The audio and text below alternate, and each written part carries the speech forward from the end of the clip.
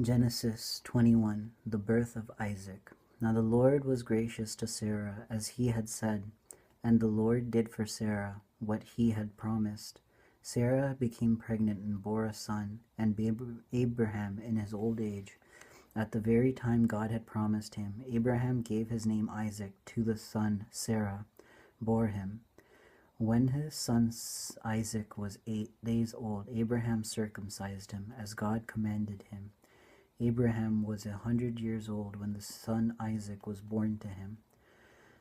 Sarah said, God has brought me laughter, and everyone who hears about this will laugh with me.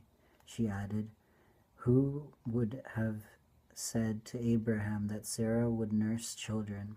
Yet I have bore him a son in his old age. Hagar and Ishmael sent away. The children grew and was weaned. And on the day Isaac was weaned, Abraham held a great feast. But Sarah saw that the son whom Hagar the Egyptian had borne to Abraham was mocking, and she said to Abraham, get rid of that slave woman and her son, for that slave woman's son will never share in the inheritance with my son Isaac. The matter distressed Abraham greatly, because it concerned his son. But God said to him, do not be so distressed about the boy and your maidservant. Listen to whatever Sarah tells you, because it is through Isaac that your offspring will be reckoned. I will make the son of the maidservant into a nation, also because he is your offspring. Early the next morning, Abraham took some food and a skin of water and gave them to Hagar. He sent them on her shoulders and sent her off with the boy. She went on her way and wandered in the desert of Beersheba. When the water in the skin was gone, she put the boy under one of the bushes, and when she went off and sat down nearby, about a bow shot away, for she thought, I cannot watch the boy die, and she sat there nearby, she began to sob. God heard the boy crying, and the angel of God called to Hagar from heaven and said to her, what is the matter, Hagar? Do not be afraid.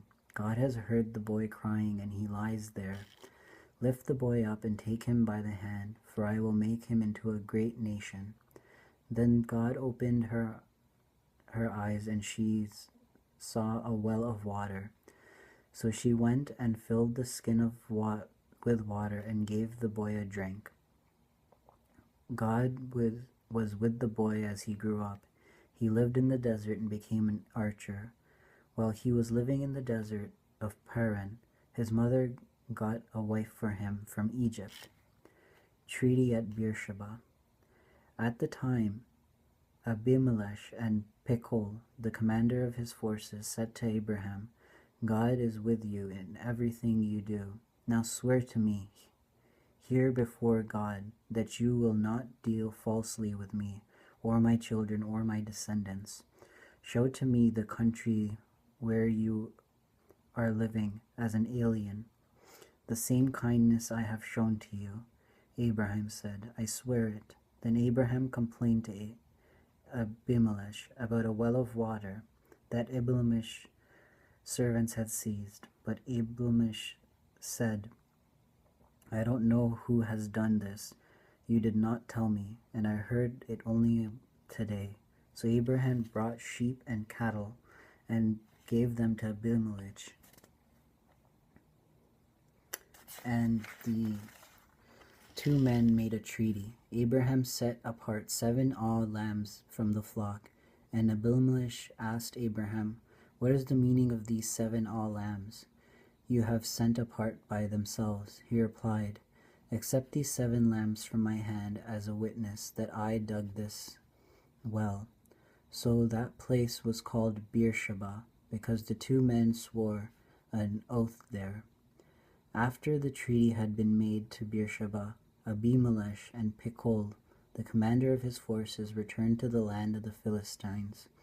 Abraham planted a tamarisk tree in Beersheba, and there he called upon the name of the Lord, the eternal God, and Abraham stayed in the land of the Philistines for a long time.